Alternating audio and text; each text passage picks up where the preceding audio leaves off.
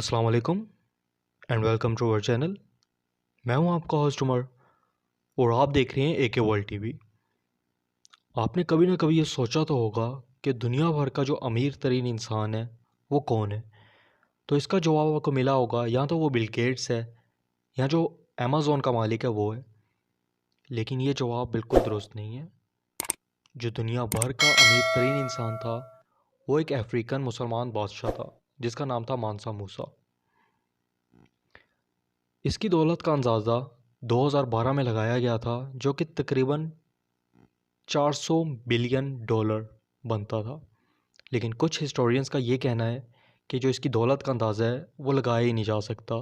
तो ये जो एस्टिमेट लगाया गया ये दुरुस्त नहीं है।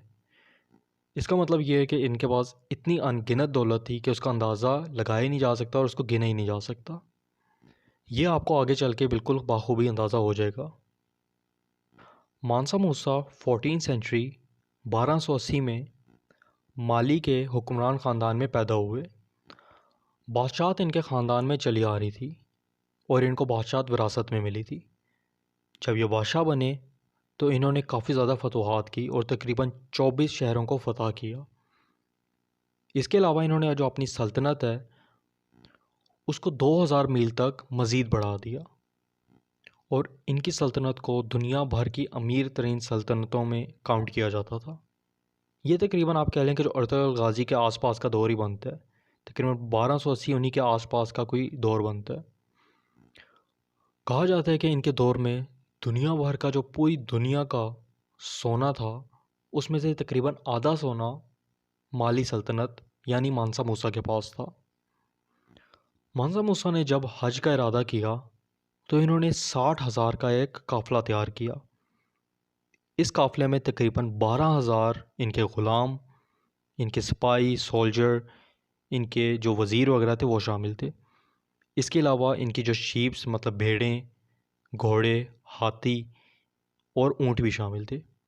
जो ऊँट थे, हर ऊँट के ऊपर कहा जाता है कि तकरीबन 120 किलोग्राम सोना था और जो ऊँटों की तादाद है वो भी हज़ारों में थी।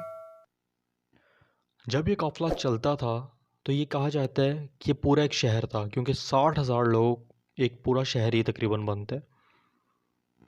और जो इनके ग़ुलाम भी थे उन्होंने भी इंतहाई कीमती रेशम के कपड़े पहने हुए थे। और ये जितनी देर सफ़र करते रहे तो उस सफ़र के दौरान, क्योंकि ऊँटों और इतने बड़े काफ़िले के साथ सफ़र कर रहे थे, तो इस सफ़र में भी तकरीबन महीनों लगे थे। और जो भी इस दौरान जुम्मा आता था या हर जुम्मे को जहाँ पे इनका स्टे होता था वहाँ पे एक मस्जिद तामीर करवाते थे। और रास्ते में ये जहाँ से गुज़रते थे वहाँ पे कोई गरीब नहीं रहता था। मतलब ये इतना सोना और इतना पैसा वहाँ पे बांटते थे कि उस इलाके में जहाँ से इनका गुज़र होता था उस इलाके में कोई गरीब नहीं रहता था। जब ये कायरो पहुँचे, जो कि अभी फ़िलहाल इजिप्ट का कैपिटल है, तो वहाँ पे 3 महीने का स्टे था। और 3 महीने मुसलसल हर रोज़ इन्होंने इतना सोना बांटा कि जो वहाँ का माइशत थी वो डिस्टर्ब हो गई थी, क्योंकि वहाँ पे सोने की तादाद इतनी ज़्यादा हो गई थी गोल्ड की कि वहाँ का जो एक आप कह लें कि इकनॉमी थी वो थोड़ी बहुत हिल के रह गई थी।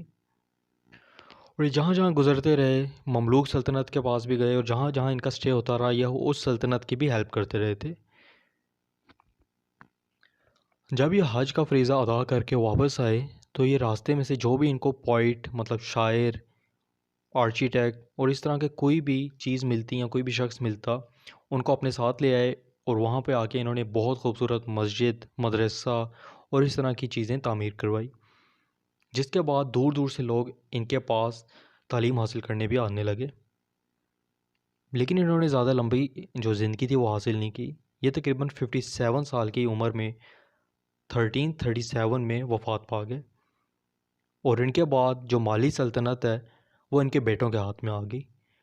लेकिन बेटे उस तरह से कंट्रोल नहीं कर सके, जिसकी वजह से पूरी जो अम्पायर यानी सल्तनत है वो छोटे छोटे टुकड़ों में तबाह होके कुछ रियासतें बन गई और ये रियासतें भी ज़्यादा देर तक कायम नहीं रह सकी।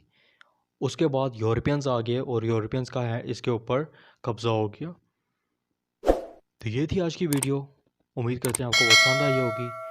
वीडियो पसंद आई है तो लाइक लाजमी कीजिएगा, चैनल को सब्सक्राइब भी कर दिएगा। मिलते हैं आपसे अपनी नेक्स्ट वीडियो में। दुआ में याद रखिएगा। अल्लाह हाफ़िज़।